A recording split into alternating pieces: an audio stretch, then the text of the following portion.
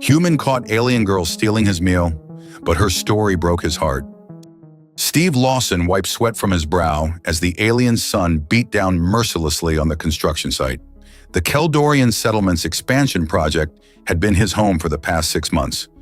Good pay for an ex-Marine willing to work in the ass end of the galaxy. "Break time, people!" 30 minutes, the foreman bellowed. Steve grabbed his lunch pack and headed to his usual spot, a smooth, dome-shaped boulder in the central plaza that caught just enough shade at midday. He settled against it, muscles aching pleasantly from the morning's labor. His sleeveless tactical vest clung to his torso, revealing arms hardened by years of military service and manual labor. He unwrapped his sandwich, real earth beef, a luxury that cost him half a day's wages but worth every credit, and closed his eyes for just a moment, savoring the first bite. A faint rustling sound made his eyes snap open. Not 3 feet away stood a small alien girl. Her skin was a striking turquoise that seemed to shimmer in the sunlight, contrasting with wild white hair that fell in tangled waves around her delicate face. Large sapphire eyes stared at him with a mixture of fear and desperate hunger. Her pink garments were tattered and stained with the distinctive orange dust of the Keldorian streets. Their eyes locked for one frozen moment. Then she lunged forward, snatched the sandwich from his hand, and bolted. "Hey!" Steve shouted, half rising before stopping himself. The girl was already weaving through the crowded marketplace, disappearing between the stalls. His coworker Dren lumbered over. "What's got you yelling, Lawson?" "Some kid just stole my lunch." Dren's 4 eyes blinked in sequence. "One of the street urchins? You want me to call security?" Steve watched the spot where the girl had vanished, something tugging at his conscience. "Nah, let it go. Your call. Those street rats are getting bolder every day. The authorities should round them up." "She's just a kid," Steve said, more sharply than he intended. Dren raised his upper limbs in surrender. "Whoa, easy. Didn't realize you had a soft spot for thieves." Steve shrugged, trying to appear casual. "Just a sandwich." But as he returned to work with an empty stomach, the image of those enormous, frightened eyes stayed with him. 3 days later, Steve was taking a shortcut through one of the settlement's narrow alleyways when he spotted a flash of turquoise and white ducking behind a waste container. Moving with the quiet precision his military training had instilled, he circled around and gently caught a small wrist. "Didn't your parents teach you not to take what isn't yours?" he asked, keeping his voice firm but not harsh. The alien girl froze, then slowly looked up at him, those same sapphire eyes now welled with tears, her small body trembling beneath his grip. I'm sorry," she whispered in surprisingly good English, her voice musical and thin. Steve crouched down to her level. "What's your name?" "Livy," she answered, still shaking. "Where are your parents, Livy?" The tears spilled over. "Gone. The plague took them last season." Steve felt his chest tighten. "You're alone?" She shook her head. "My brother. He's only 3. He's sick and hungry." "And the sandwich wasn't for you," Steve realized aloud. Livy nodded, wiping her eyes with her free hand. "I tried to find work, but no one will hire a Phylaxian child in a Keldorian settlement. We're not welcome here." Steve released her wrist and sat back on his heels, studying her. The girl was thin, too thin, and beneath the dirt, he could see the telltale signs of malnutrition. "Where are you staying?" Livy hesitated, clearly afraid to reveal too much. "I want to help," Steve added softly. "No tricks." "The old communications building," she finally said. "In the attic. No one goes there anymore." Steve nodded. "I'm Steve, and I think we should get some food for you and your brother. Real food, not stolen sandwiches." For the first time, a small smile appeared on Livy's face, transforming her features from merely pretty to heartbreakingly beautiful. "You're not angry about the sandwich?" Steve stood, offering his hand. "Let's just say you owe me one." As they walked toward the market, Steve couldn't explain the protective instinct surging through him. Maybe it was her vulnerability, or maybe it was just that he recognized something in those determined eyes, the will to survive against all odds. Whatever it was, he knew his life had just taken an unexpected turn. The abandoned communications building loomed at the edge of the settlement, its once sleek architecture now weathered and forgotten. Steve followed Livy through a narrow service entrance. carefully navigating the debris-strewn corridors. "We're almost there," Livy whispered, leading him up a rickety staircase. The attic was surprisingly clean, a small space with makeshift bedding in one corner and a collection of scavenged items neatly arranged along the wall. Near the bedding lay a small bundle wrapped in a faded blue blanket. "Taro," Livy called softly. "I brought someone." "A friend." The bundle stirred and a tiny face emerged, the same turquoise skin and white hair as Livy, but with eyes of a deeper, almost violet blue. The child's face was flushed with fever. "He's been sick for 3 days," Livy explained, kneeling beside her brother. "I've been giving him the medicine I could trade for, but it's not helping much." Steve set down the food packages he'd brought and crouched next to the boy. "Hey there, little man. I'm Steve." Taro regarded him with solemn eyes before breaking into a weak smile. "You're pink," he observed in a tiny voice. Steve chuckled. "That I am. And you're blue." "Turquoise," Taro corrected seriously, making Steve laugh. As Livy prepared food for her brother, Steve examined their living conditions more carefully. The space was secure enough, but hardly suitable for children, especially a sick one. "How long have you been here?" he asked. "Almost a full season," Livy replied, helping Taro sit up to eat. "After our parents died, the authorities wanted to separate us. Send Taro to a care facility and me to a labor program." Her voice hardened. "I wouldn't let them take him." Steve nodded, understanding her choice. He'd seen enough care facilities across the galaxy to know they were often little more than holding pens. "Smart move," he said. "But this place isn't great for a sick kid." "We don't have many options. Galaxians aren't welcome here since the trade dispute. The governor's new policies." She trailed off, looking worried. "What policies?" Livy lowered her voice, though only the three of them were present. "They're conducting population assessments in the residential sectors. Anyone without proper documentation is being deported, or worse."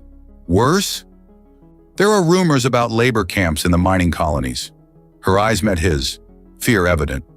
"We can't be found, Steve." Before he could respond, a distant sound caught his attention, the distinctive whine of security hovercrafts. "Shit," he muttered, moving to the small window. 3 official vehicles were parked outside the building, and uniformed Keldorian officers were disembarking. "They're here," Livy whispered, clutching Taro protectively. "How did they find us?" "Probably routine sweep," Steve said, mind racing. "This sector was bound to be checked eventually." Taro began to whimper, sensing the tension. Livy hushed him gently, but her own panic was evident. Steve made a quick decision. "Gather only what you absolutely need. We're leaving." "How? They're at all the exits." He grinned, the familiar rush of adrenaline sharpening his senses. "Not all of them. I've worked on buildings like this before. There's always a maintenance shaft for the communication arrays." Livy quickly packed a small bag while Steve wrapped Taro in his blanket. The boy felt alarmingly hot against his chest. "This way," Steve whispered, leading them to a service panel he'd spotted earlier. He pried it open to reveal a narrow shaft. "It'll be tight, but it should lead to the roof. From there, we can cross to the adjacent building." The sound of boots on stairs reached them. Livy slipped into the shaft first, and Steve handed Taro to her before squeezing in himself, pulling the panel closed behind them. They climbed in tense silence, the shaft barely wide enough for Steve's broad shoulders. When they finally emerged onto the roof, the alien sun was setting, casting long shadows across the settlement. "There," Steve pointed to a neighboring structure. "That's the supply warehouse for my worksite. I have access."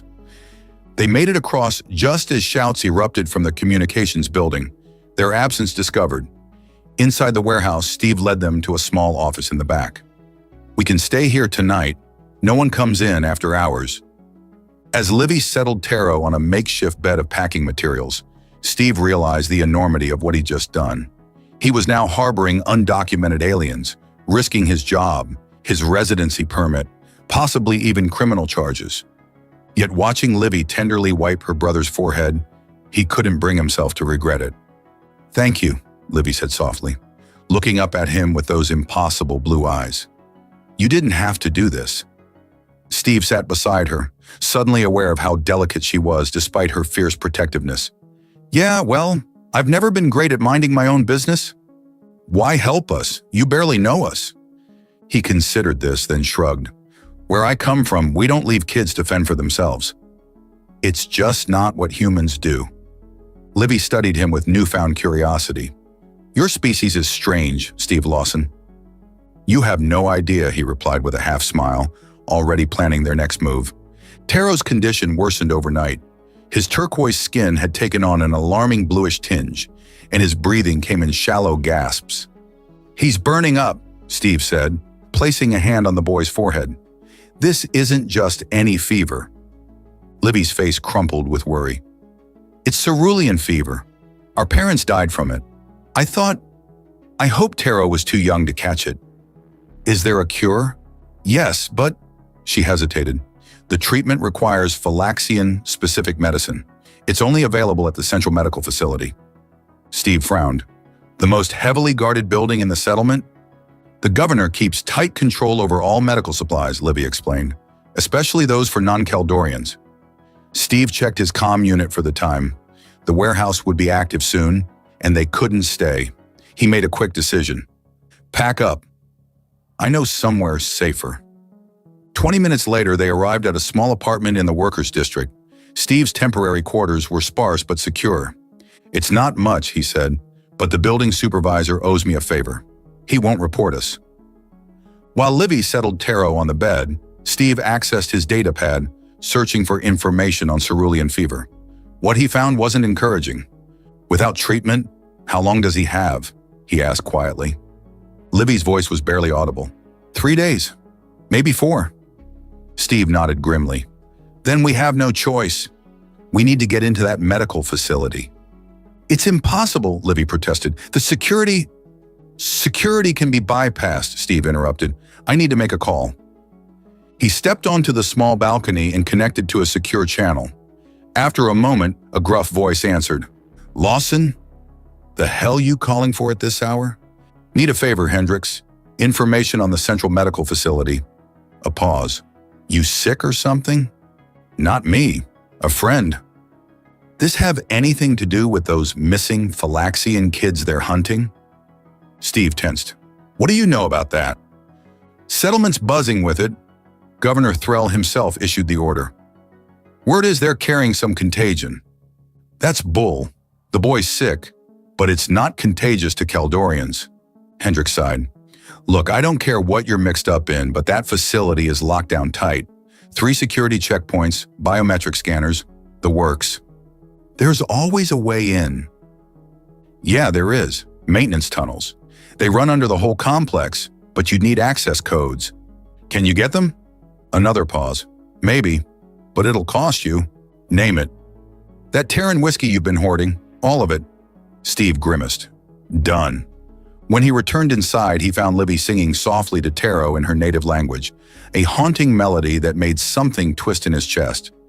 We have a way in, he told her, but we need help with the boy while we're gone. I'm not going alone, and you know the medicine we need. Livy looked torn. I can't leave him. We don't have a choice, Steve said gently, and I know someone who can watch him. An hour later, they stood outside a modest dwelling in the artisan's quarter. The door opened to reveal a human woman in her 50s, her gray-streaked hair pulled back in a practical bun. Steve Lawson, she said, eyebrows raised. Trouble follows you like a shadow. Good to see you too, Doctor. Franklin, the woman's eyes moved to Livy and the bundle in her arms. Come in, quickly. Inside, Dr. Franklin examined Taro with practiced efficiency. Cerulean fever, advanced stage. You need Phylaxian antibiotics in a mineral compound called azurite. Can you help him until we get it? Steve asked. I can keep him stable for a day, maybe 2. She fixed Steve with a stern look. The Central Medical Facility? He nodded. Suicide mission, she muttered, but began preparing a makeshift treatment area. The boy stays here. You two be careful. As they prepared to leave, Livy knelt beside her brother, whispering promises to return. The sight made Steve's resolve harden. We'll be back with the medicine, he assured Dr. Franklin. Keep him safe. Outside, Livy looked up at him, vulnerability and determination warring in her expression. Why are you doing all this? Risking everything for strangers? Steve considered the question.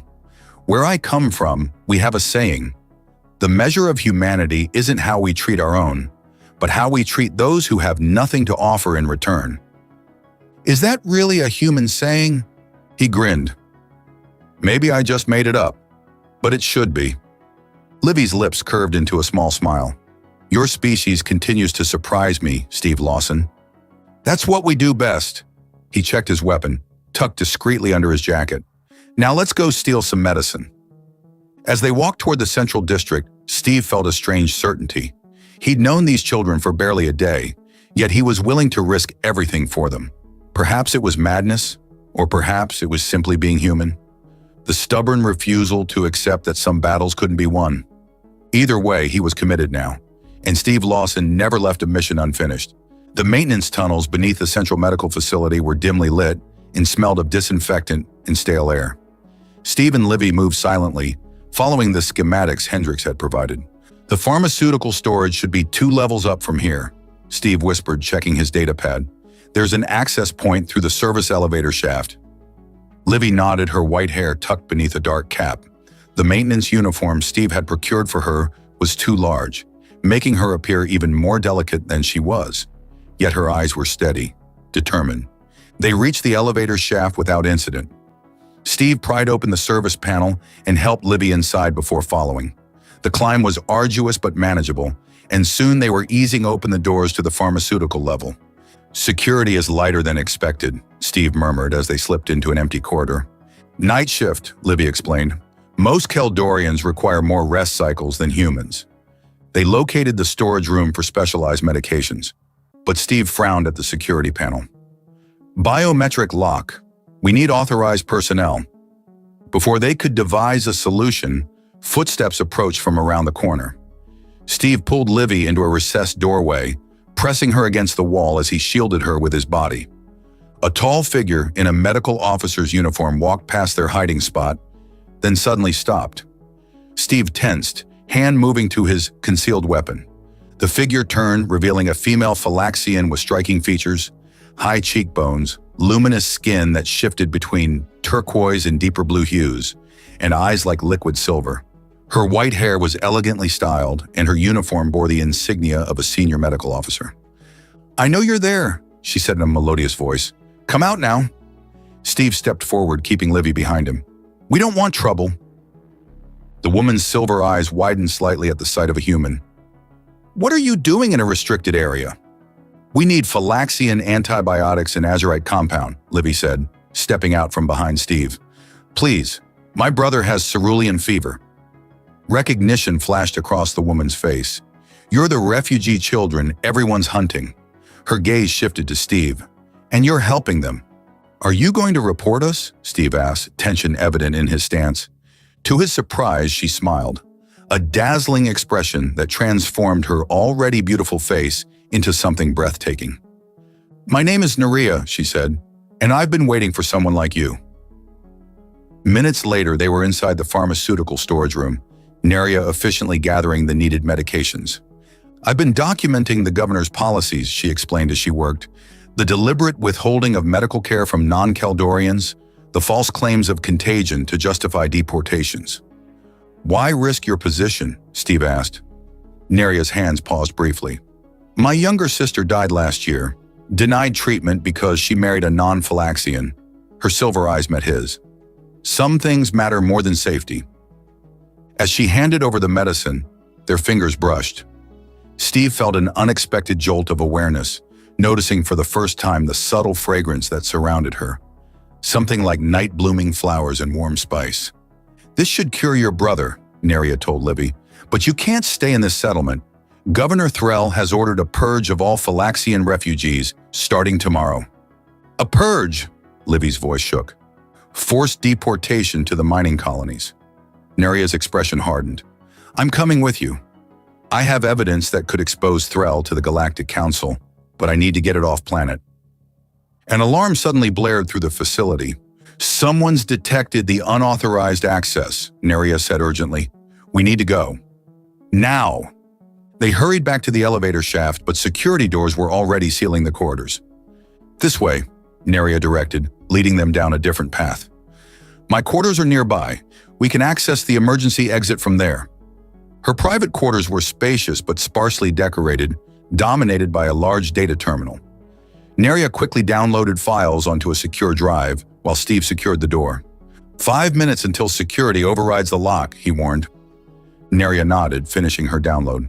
As she moved past Steve to gather essential items, their bodies brushed against each other in the confined space. The contact sent an unexpected wave of heat through him, and he caught her quick intake of breath. Their eyes met, and something electric passed between them. Recognition, attraction, a shared understanding of the risks they were taking. "I've never met a human who would risk so much for strangers," Neria said softly. "And I've never met anyone like you," Steve replied, surprised by the roughness in his voice. For a moment, the urgency of their situation receded, replaced by a different kind of tension. Neria stepped closer, her iridescent skin seeming to pulse with inner light. "Galaxians have a saying," she murmured. "Courage recognizes courage across the stars." The moment was broken by Livy's urgent voice. "The door!" Steve reluctantly pulled away, refocusing on their escape. Neria led them to a concealed panel that opened into a narrow passage. "This leads to the residential district," she explained. "We should separate once we're out. I'll meet you at your safe house in 2 hours." Steve nodded, memorizing the address she provided. As they prepared to enter the passage, Neria suddenly caught his arm, her silver eyes intense. "Thank you," she said simply, "for reminding me that some things are worth fighting for." Before he could respond, she leaned forward and pressed her lips to his. A brief, electric contact that left him momentarily stunned. Then she was gone, slipping ahead into the darkness of the passage. Steve touched his lips, still feeling the strange, tingling warmth of her kiss, before following with Livy close behind. Dr. Franklin's dwelling was quiet when Steve and Livy arrived with the precious medication. Taro was sleeping fitfully, his fever still raging but stable under the doctor's care. "Just in time, doctor," Franklin said, examining the medicine. "His system is starting to shut down." While she prepared the treatment, Steve paced by the window, watching for Nerea. The streets were eerily empty, the settlement's night curfew in full effect. "She'll come," Livy assured him, noticing his concern. Steve nodded, though worry gnawed at him. The brief connection he'd felt with Nerea lingered like an afterimage, unexpected and powerful. An hour later, a soft knock at the door made them all freeze. Steve drew his weapon and approached cautiously. "Who is it?" he called softly. "A friend who appreciates human courage," came the melodic reply. Relief flooded through him as he opened the door to reveal Nerea, now dressed in the civilian clothing that accentuated her graceful form. Her silver eyes found his immediately, a small smile playing at her lips. "You made it," he said, holstering his weapon. "Barely. The entire medical district is on lockdown." She stepped inside, then tensed as she noticed movement in the shadows behind her. Steve reacted instantly, pulling her behind him as 3 figures emerged from the darkness. Galaxians dressed in nondescript clothing, their expressions wary. "Medical Officer Nerea," the leader said, a tall male with striking facial markings. "We've been searching for you." "Raylan," Nerea acknowledged. "How did you find me?" "We have our methods," his eyes shifted to Steve. "A human? This complicates matters." "He saved my life," Nerea said firmly, "and he's helping these children." Raylan studied Steve with undisguised suspicion. "The resistance doesn't trust outsiders." "Then it's fortunate I'm not asking for your trust," Steve replied evenly. The tension was broken by Dr. Franklin emerging from the bedroom. "The boy's responding to the treatment. He'll need another dose in 6 hours." Raylan's demeanor softened slightly at the mention of the sick child. "We heard about the orphans." "That's partly why we came," he turned to Nerea, "but mainly for the evidence. We need it for our contact in the Galactic Council." "I have it," Nerea confirmed, "but we need to get these children to safety first." "That won't be possible," a female resistance member interjected. "Governor Threll has accelerated the purge. It begins at dawn." The news sent a chill through the room. Steve's mind raced through options, none of them good. "We have a transport leaving in 3 hours," Raylan offered. "We can take the children and the doctor." "And Nerea," Steve added. Raylan hesitated. "Our priority is the evidence. Officer Nerea's presence might compromise the mission." "I'm not leaving without her," Steve stated, his tone leaving no room for argument. Nerea placed a hand on his arm, the touch sending warmth through his body despite the tense situation. "Steve." "No discussion," he interrupted. "We all go, or none of us do." A tense silence followed before Raylan finally nodded. "Very well, but we move now. Gather only essentials." As the others prepared to leave, Neria pulled Steve into the small kitchen, away from prying eyes. "That was foolish," she said, though her eyes betrayed her true feelings. "You're risking everything for people you barely know." "It's what humans do," he replied with a half-smile. "We're stubborn that way." Her expression softened and she moved closer. "Is that all it is? Stubbornness?" The air between them seemed to charge with electricity. Steve found himself acutely aware of her proximity, the subtle shifts of color beneath her iridescent skin, the intoxicating scent that was uniquely hers. "No," he admitted, voice low. "Not all." Her hand rose to his face, fingers tracing the contours of his jaw with wonder. "I've studied human physiology, but never—" She trailed off, her touch sending shivers down his spine. Steve caught her hand in his, turning it to press his lips against her palm. Her sharp intake of breath emboldened him. "We should join the others," she whispered, making no move to pull away. "We should," he agreed, drawing her closer instead. When their lips met, it was like nothing Steve had experienced before, a rush of sensation that seemed to connect them on a level beyond the physical. Her skin emanated a gentle warmth that pulsed in time with her heartbeat, and where they touched, a pleasant tingling sensation spread through his body. Neria responded with surprising intensity, her hands exploring the unfamiliar contours of his shoulders and chest with fascinated desire. When they finally broke apart, both were breathing heavily. "That was—" she began. "Yeah," he finished, unable to find adequate words. A discreet cough from the doorway made them step apart. Dr. Franklin regarded them with knowing amusement. "If you two are quite finished, we have an evacuation to complete." Neria's skin flushed a deeper blue, but she maintained her composure. "Of course, Doctor." As they rejoined the others, Raylan was outlining the escape route. "We'll take the maintenance tunnels to the spaceport. Our ship is registered as a supply transport." "What about security checkpoints?" Steve asked, forcing his mind back to the task at hand. "We have clearance codes," Raylan replied, still eyeing Steve warily, "but your human appearance will draw attention." "I can handle myself." Livy approached with Taro in her arms, the boy looking marginally better after receiving the medicine. "He's awake," she announced. Steve knelt beside them. "Hey, little man. Feeling better?" Taro nodded weakly. "Are we going on an adventure?" "Something like that," Steve smiled. "Think you can be brave a little longer?" The boy's violet eyes were solemn. "I'm always brave." "Livy says so." "She's right about that." As they prepared to leave, Neria sidled next to Steve, her hand finding his in the dimness. "When this is over," she began softly. "We'll figure it out," he promised, squeezing her hand. The moment was interrupted by the sudden wail of sirens outside, followed by the distinctive whine of security vehicles. "We've been compromised," Rylan hissed, drawing a weapon. Steve moved to the window, cursing under his breath at the sight of Keldorian security forces surrounding the building. "Is there another way out?" he asked Dr. Franklin. "The basement connects to the old water system," she replied, "but they'll have that covered too." Steve's mind shifted into tactical mode, assessing options with military precision. "Then we make our own exit." As the others looked to him for direction, Steve felt the weight of their trust and the fierce determination to prove it well placed. Somehow he would get these people to safety, no matter what it took. Because that's what humans did. They protected their own. And somewhere along the way, these aliens had become exactly that. "We need a diversion," Steve announced, his mind racing through tactical scenarios. "Something to draw them away from the basement exit."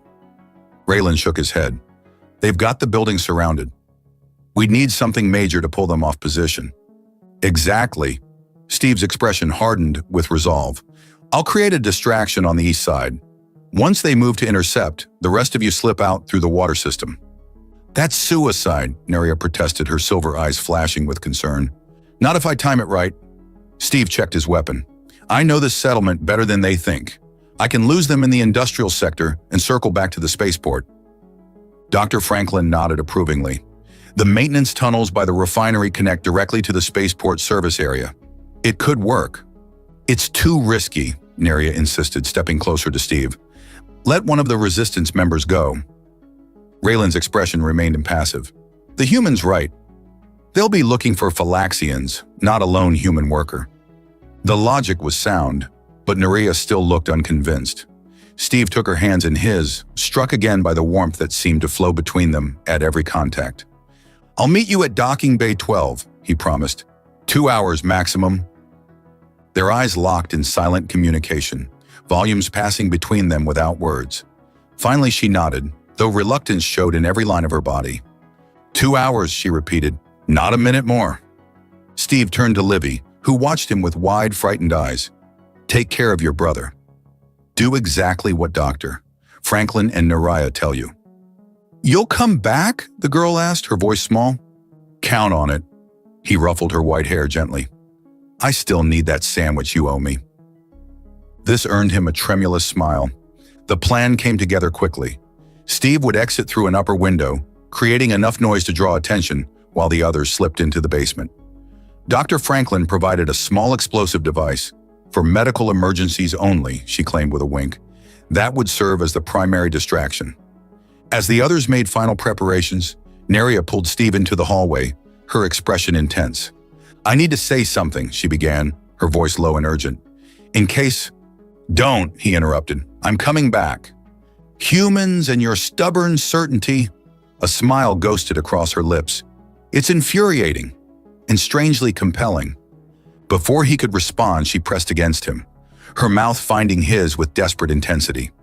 The kiss was different from their earlier ones, deeper, more urgent, filled with unspoken emotions and possibilities. When they parted, her skin had darkened to a rich indigo that seemed to pulse with inner light. That's a promise, she whispered. Fulfill your end of the bargain, Steve Lawson. Yes, ma'am, he replied, his voice rougher than intended.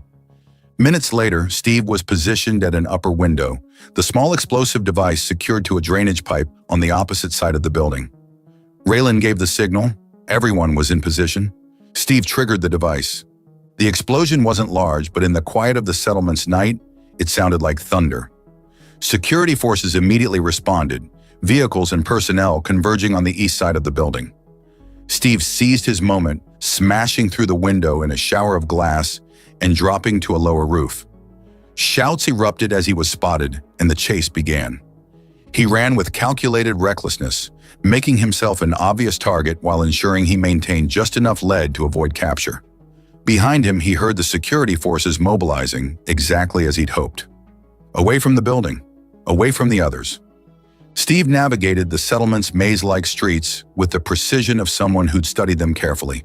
Each turn, each shortcut was deliberate, leading his pursuers on a wild chase that drew more and more resources away from Dr.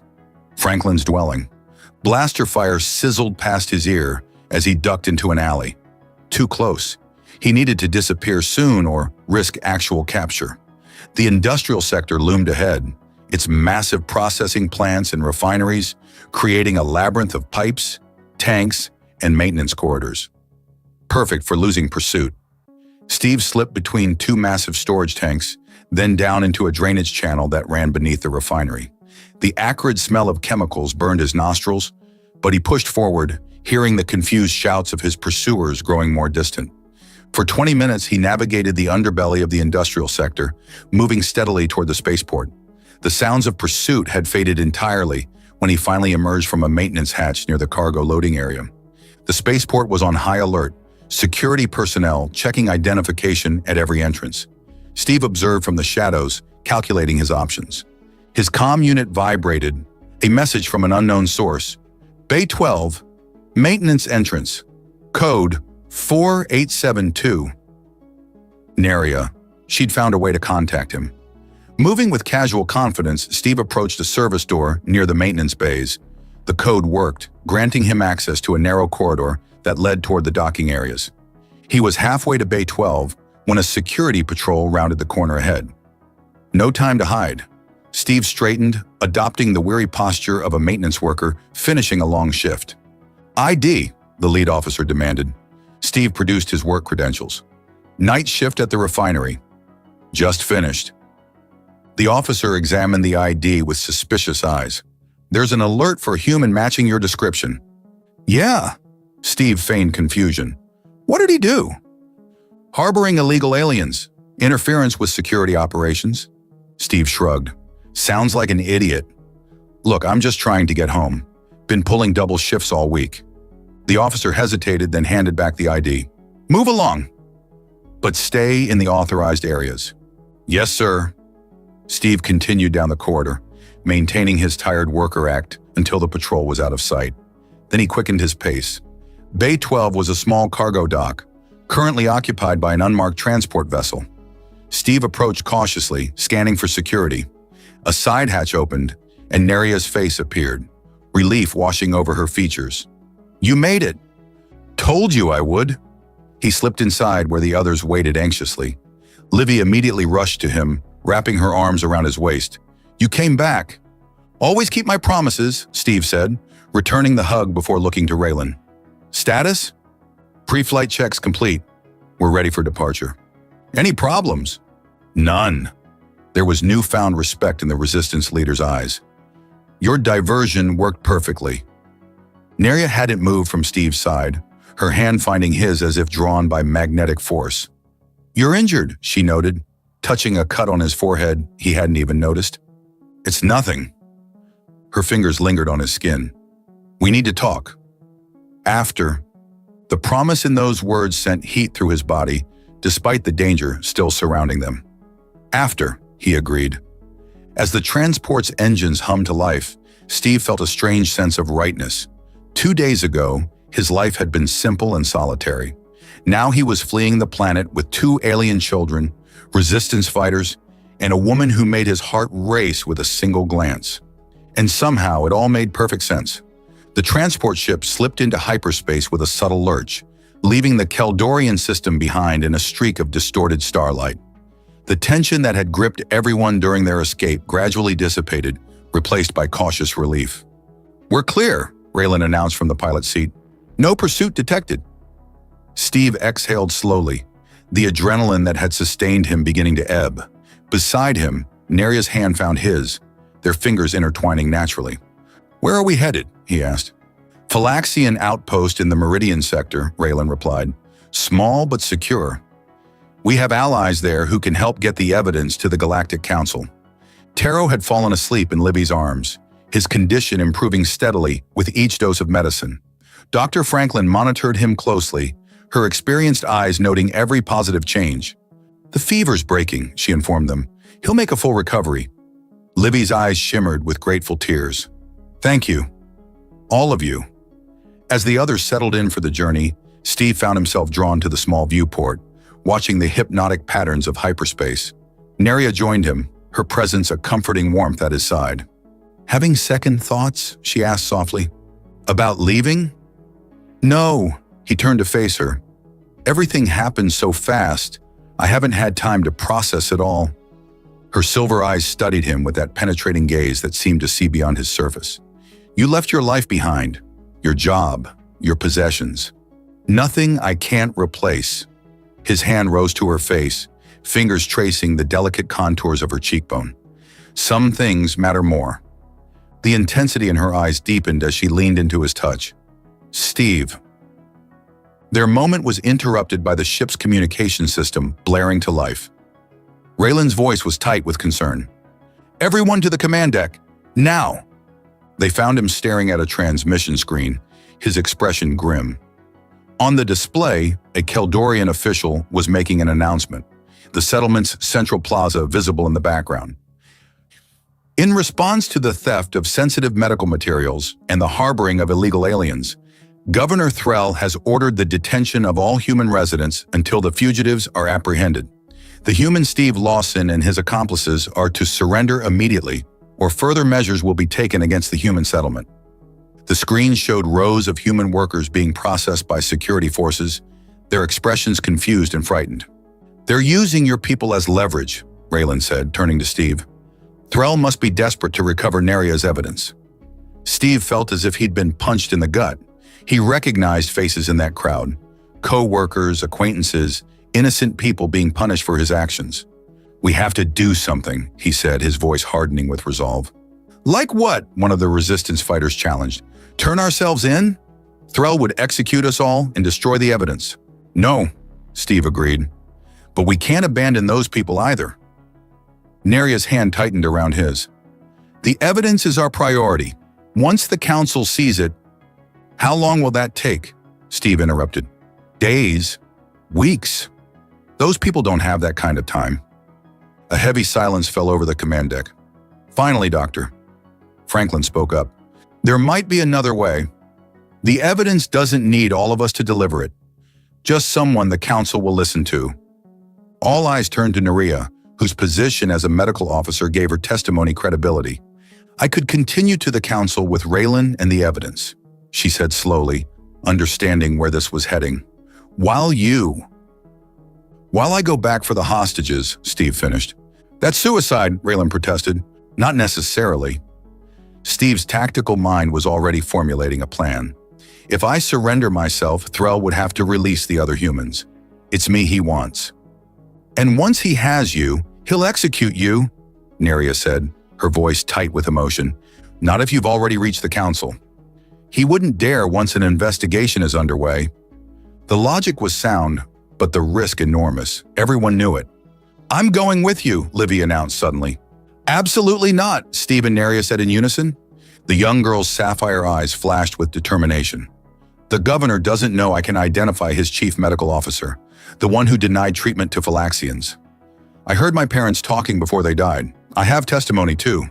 It's too dangerous, Steve insisted. No more dangerous than what you're planning, she countered with surprising maturity, and Threll won't harm a child in front of witnesses. It would undermine his claim that he's protecting the settlement. Steve looked to Dr. Franklin, who nodded reluctantly. The girl has a point, and Taro should continue to the council with Neria. His condition is evidence of the medical discrimination. The plan took shape. Neria, Taro, and part of the resistance would continue to the Galactic Council with the evidence, while Steve, Livy, and Dr. Franklin would return to negotiate the release of the human hostages. As the others made preparations for the ship to drop them at a nearby trading post where they could secure transport back to the settlement, Steve and Neria found themselves alone in a small cargo bay. This isn't how I imagined our journey would continue, she said, her voice thick with emotion. It's temporary, he assured her, drawing her close. Once the council acts, we'll find each other again. Promise me you'll be careful. Her hands framed his face, her skin pulsing with waves of deep blue that betrayed her emotional state. Promise me you'll come back to me. Instead of answering with words, Steve kissed her with all the passion and promise he could convey. What followed was a discovery of each other, tender, urgent, a claiming of something precious that might be lost. Their bodies spoke what words couldn't express, finding a harmony that transcended their different species. Afterward, they lay entwined, her iridescent skin glowing softly in the dimness. In Phylaxian culture, she murmured against his chest, what we just shared is considered a bond that not even death can break. Steve smiled, stroking her white hair. Humans have similar ideas. Then we're already in agreement. She raised herself to look into his eyes. Find me when this is over, Steve Lawson. No matter what happens, find me. Count on it, he promised, sealing the vow with another kiss. Hours later, as they prepared to part ways, Steve watched Neria board the section of the ship that would continue to the council. Taro, now awake and much improved, waved from her arms. We'll see you soon, the boy called, his innocent certainty a balm to the ache of separation. As their vessels diverged, Steve turned to Livy and Dr. Franklin, his expression resolute. Let's go save some humans. The settlement's central plaza was packed with onlookers when Steve, Livy, and Dr. Franklin arrived. Security forces formed a perimeter around a makeshift stage where Governor Threll stood addressing the crowd, his tall Keldorian frame draped in ceremonial robes that emphasized his authority. The human fugitive Steve Lawson has committed crimes against our settlement, Threll's amplified voice boomed. His actions have endangered us all. Behind him, a group of human workers stood under guard, their expressions a mixture of confusion and fear. Steve recognized his foreman and several co-workers among them. It's time, he murmured to his companions. Dr. Franklin nodded grimly. Remember, stall as long as possible. The council transmission should reach here within the hour. Steve straightened his shoulders and stepped forward. Livy at his side. They moved deliberately through the crowd, which parted instinctively before them. A murmur rippled through the gathered aliens as they recognized the fugitives. "Governor Threll," Steve called out, his voice carrying across the plaza. "I believe you're looking for me." The governor's speech faltered as he spotted Steve. Security personnel immediately moved to intercept, weapons drawn. "Hold!" Threll commanded, raising a hand. His thin lips curved into a satisfied smile. "Steve Lawson, how considerate of you to surrender." "I'm not surrendering," Steve replied, continuing forward until he stood at the foot of the stage. "I'm here to negotiate the release of those innocent workers." Threll's eyes narrowed. "You are in no position to negotiate, human." "Aren't I?" Steve climbed the steps to the stage, ignoring the weapons trained on him. "These people have done nothing wrong. Your quarrel is with me. And the Phylaxian fugitives you helped escape," Threll added, his gaze shifting to Livy, who had followed Steve onto the stage. "You mean the sick child you denied medicine to?" Steve challenged, his voice loud enough for the crowd to hear. "The orphans whose parents died because of your discriminatory policies?" A ripple of discomfort passed through the onlookers. Several Keldorians exchanged troubled glances. "Lies," Threll hissed. "Propaganda spread by Phylaxian agitators." "Then why did your chief medical officer falsify records?" Livy spoke up, her young voice clear and steady. "I heard my parents talking before they died. They knew what was happening." Threll's composure slipped momentarily. The ramblings of a child proved nothing. "Perhaps not," Steve agreed, "but the evidence Neria took to the Galactic Council will prove everything." The governor's face darkened with rage. "Seize them," he ordered his guards. As security forces moved forward, a commotion erupted at the edge of the plaza. A group of Keldorians pushed through the crowd, led by a distinguished elder whose ornate clothing marked him as a person of importance. "Governor Threll," the elder called out, "this assembly must cease immediately."